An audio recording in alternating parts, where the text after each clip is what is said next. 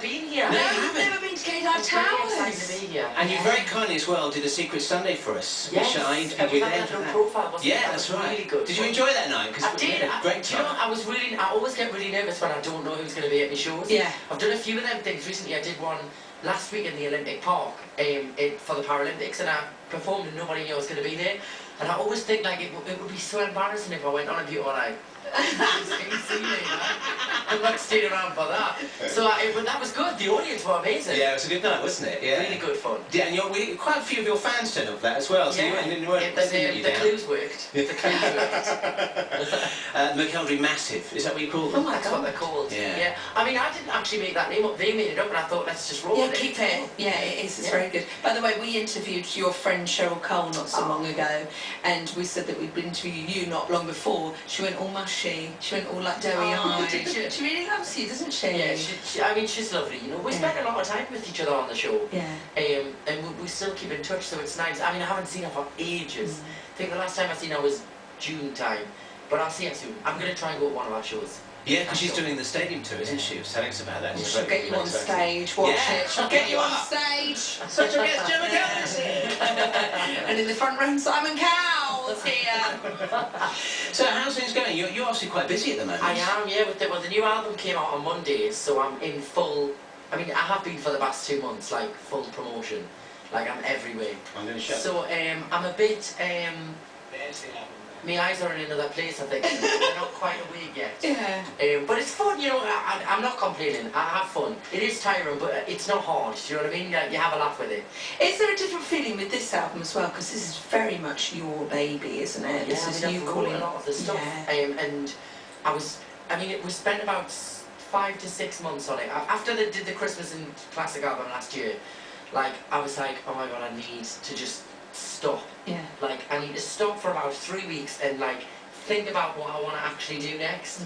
Because you know, when sometimes it's hard to like, when the ball's rolling, you kind of want to keep going, you know. But like, I forced myself to just take a step back and like not do any TV, not do any shows, and just like really concentrate on producing an album. You know, like normally, like the last 2 albums, I went in, everything was already ready. I went straight and did it. I wanted to just like have fun and try different things and go, I'm not going to use that song, I'm going to do this one. And for that, I needed a bit of time, so it was good that I got to spend quite a bit of time on it. Have you enjoyed that process? It sounds like you have. Yeah, I mean, halfway through, because I'm one of these people, I get very bored very easily, so halfway through I was like, right, I want to go on stage now, straight away. I went before and they were like, not yet.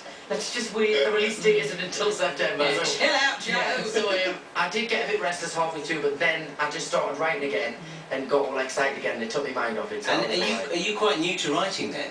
I literally started in January. Really? Shut up, Joe. Has that been an easy process for you? Well, it was very nerve-wracking. I didn't actually want to do it at first because I was thinking, you know, like, are people going to, like, am I going to get criticised for it? You know, X Factor winner, songwriting, you don't normally pay the two.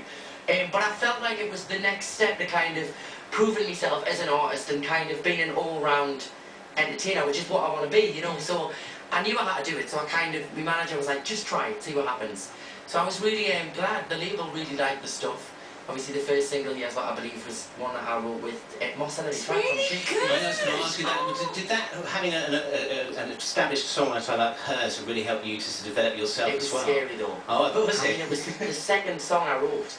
So they were like, McElderry tried, you know, I went to a writing camp, they were like, she wants to write a song with you for the album, and I was like, I can't go in the room with her. I mean, she's wrote for so many, like, massive artists. She's worked with Eric Clapton. And she's wrote songs for her band, which were obviously huge as well. Yeah.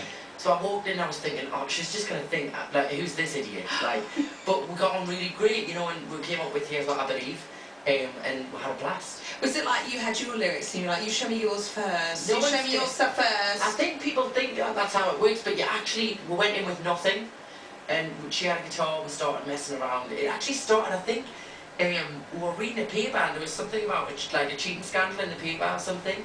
Oh, you surprised me. Like, and I was just like, not about me, but about somebody. And I was just like, and I said something like, why can't people just like lay the cards out on the table and be honest? Yeah. And we were like, let's use that line. And then we'd kind of build from there. And she said something like, well, the Americans say, well, here's what I believe, quite a lot.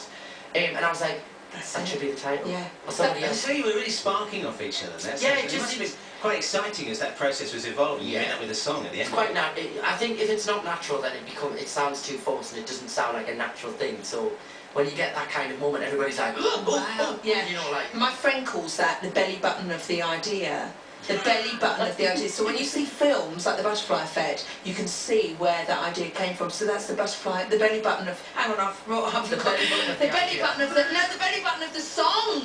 You read that bit of paper about that person cheating. Can we ask you about this album as well? There's a beautiful song you've written about a breakup. Neil has been going on and on and What on. have I done? Oh, Yeah. yes. Yeah. Can you tell us a bit about this song because it's lovely? Yes. Well, basically, at the time of writing the album, a lot of my friends are kind of breaking up with people, and I've been in that situation as well, you know, and I've been in a relationship where, you know, when it just ends and you have like no answers. Yes. Or you have so many questions and you're just like, hang on a minute, like, what have I actually done here? Do you know, like it was that kind of thing, and I was like, and it's kind of like you can't let go of it until you know actually what you've done or why it's ended, because sometimes, you know, like, you just, I find that even with a friendship as well, sometimes you have a massive row with somebody and then it just goes bang, no contact ever again, and you're just like, How?